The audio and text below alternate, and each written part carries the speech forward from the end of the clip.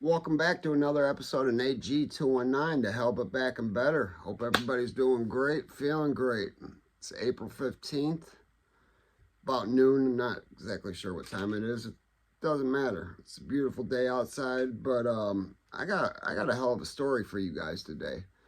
You know, I started my channel to maybe help some people that need attention brought to their cases, as well as to help maybe guide the youth into not following the footsteps into the hell that myself and many other of us have as well.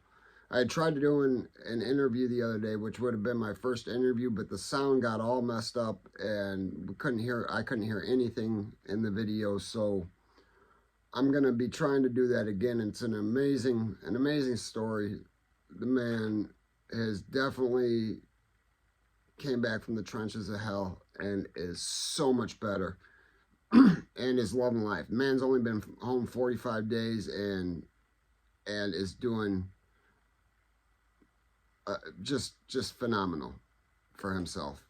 And what I'm about to tell you is a story from one of the places he's been at, but it's involving two different gentlemen. One of the gentlemen I did know, Richard Canada was his name. He's better known as Bucky.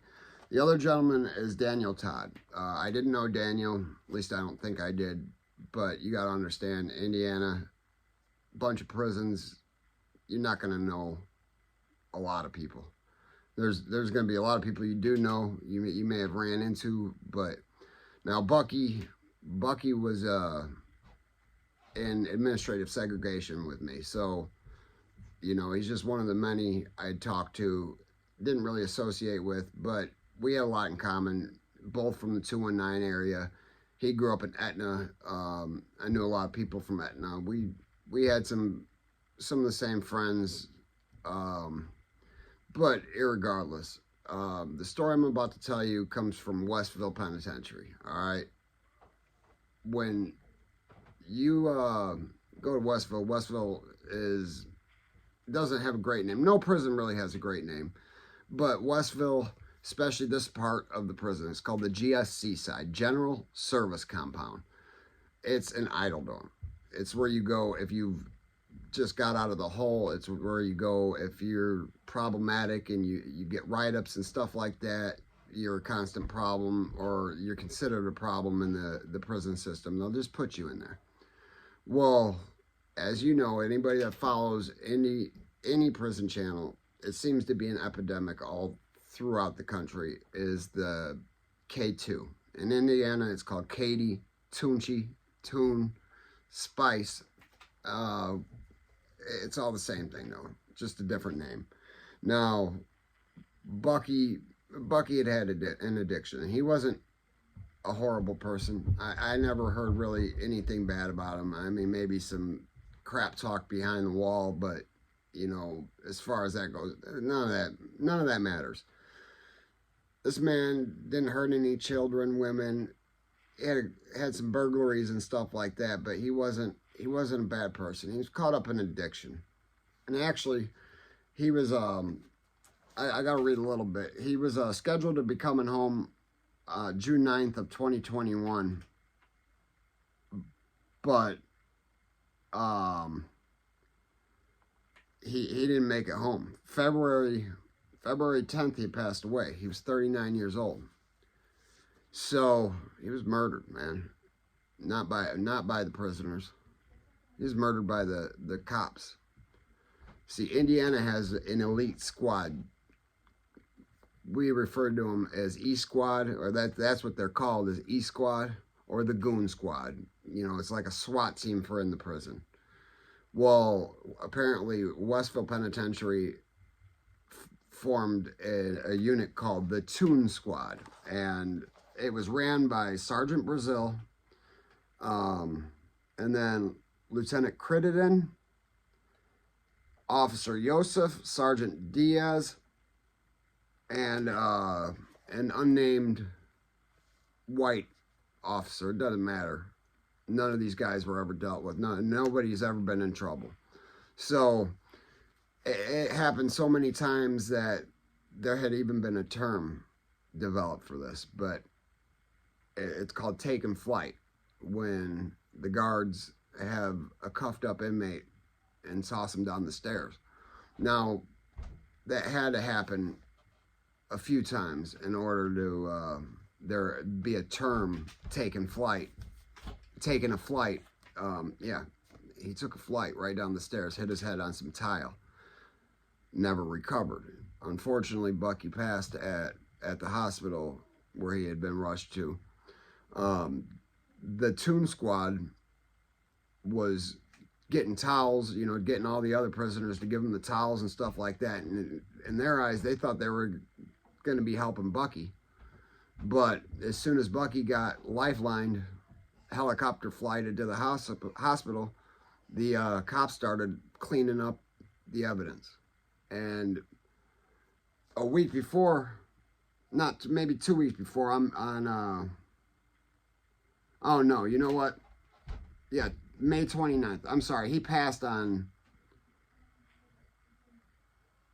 June 9th. He was supposed to be home February 10th of 22. So he was just months out the door. I'm sorry, I got the dates mixed up. No big deal.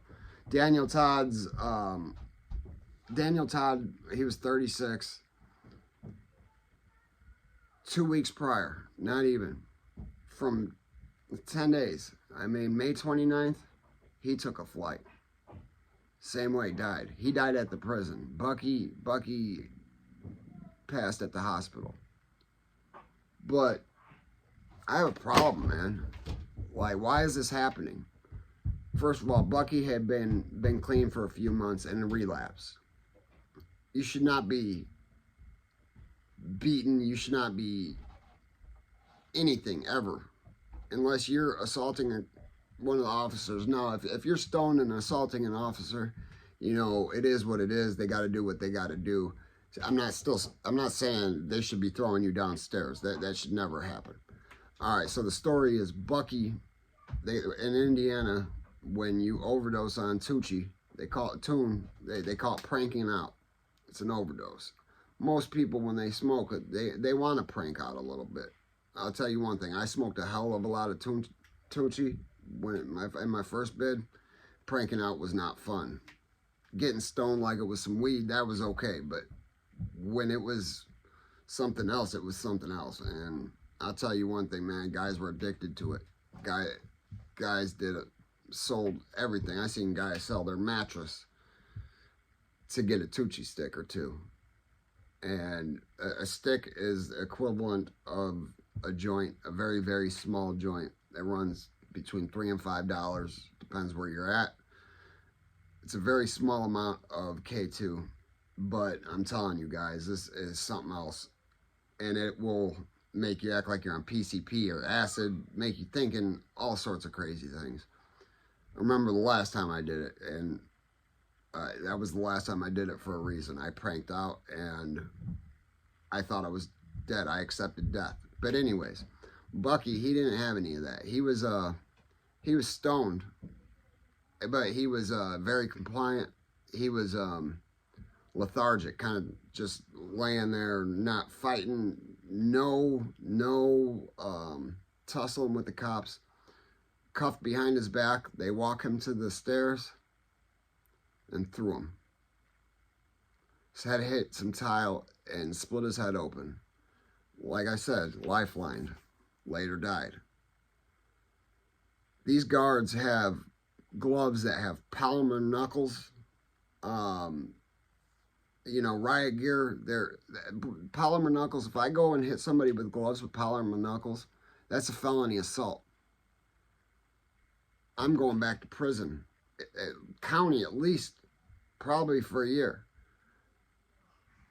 These cops getting to do it. They don't not only get to do it, they don't even lose their job, nothing. No charges, nothing. Sergeant Diaz, Crittenden, Lieutenant Crittenden, whatever their names were. Sergeant Brazil is the leader of it, though.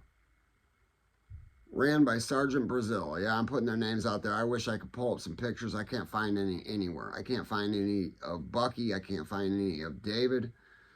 And for that, for the families, I do apologize. My hearts go out to you. Because, man, these guys did not deserve that. These guys were not horrible people. They made some mistakes, yeah. But Bucky was out the door in less than a year. Canada wasn't going to be there for very long either. I mean, he had a 6.5-year sentence, domestic, and, you know, he might have had some issues. Whatever. It is what it is. He didn't deserve that, man. Those guards deserve to be back there in that joint with him, if you ask me. Man, pussies wouldn't make it. But anyways, guys, I just wanted to get another one out there to you.